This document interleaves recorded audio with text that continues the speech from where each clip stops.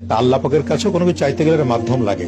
আমরা সিলেটে যাই বাবা শাহজালাল, বাবা শাহপরানের কাছে, তাদের মাধ্যমে আল্লাহকে খুঁজে পাওয়ার চেষ্টা করি। হিন্দুদের ঠাকুরের কাছে যান, আর খ্রিস্টানদের পাদ্রির কাছে যান, আর ইহুদিদের সিনাগগে যান, ইহুদিদের রাব্বির কাছে যান, সবার একই বক্তব্য, আপনি একা একা নিজে নিজে আল্লাহর কাছে কিছু চাইতে পারবেন না, এই ক্ষমতা আপনার নেই। এই জায়গাতে সব বিজনেসের গোড়া, আর ইসলাম এটাই ভাঙতে এসেছে। ইসলামের সাফ কথা, আপনি আল্লাহর বান্দার, আল্লাহ আপনার সৃষ্টিকর্তা, আপনার সাথে আল্লাহর যোগাযোগ ডাইরেক্ট। যত বড় গুনাহগার হন, যত বড়, আপনি কি ওর চাইতে বড় গুনাহগার যে 99 জন মানুষকে হত্যা করে 100 জন মানুষকে হত্যা করে যাচ্ছে আল্লাহর কাছে ক্ষমা নিবে চাই? এখনো ক্ষমা চায়নি? এখনো ক্ষমা কি চেয়েছে? ও তো ক্ষমা চায়নি। 99 জন মানুষকে হত্যা করে এক আলেমের কাছে গেছে, বলছে ক্ষমা চাই, বলছে ক্ষমার কোনো রাস্তা নাই, ওকে হত্যা করে দিয়েছে। একজন বলেছে অমুক গ্রামে গেলে ক্ষমা পাওয়া যাবে, সেই গ্রামে যাচ্ছে, রাস্তার মধ্যে মৃত্যু চলে এসেছে, এখনো ক্ষমা চাইনি।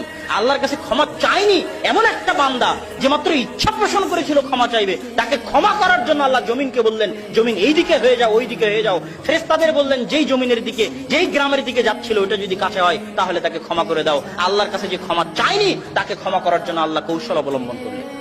ক্ষমার ইচ্ছা পোষণ করেছিল মাত্র।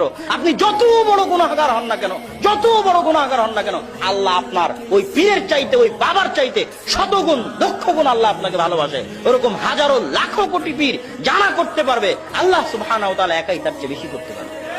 আর আল্লাহ সুবহানাহু ওয়া তাআলা যদি না চান, ওই হাজার পীর একত্রিত হলেও কিছু করতে পারবেন। কবরে যিনি শায়িত আছেন উনি কি আমাকে কিছু দেওয়ার ক্ষমতা রাখে?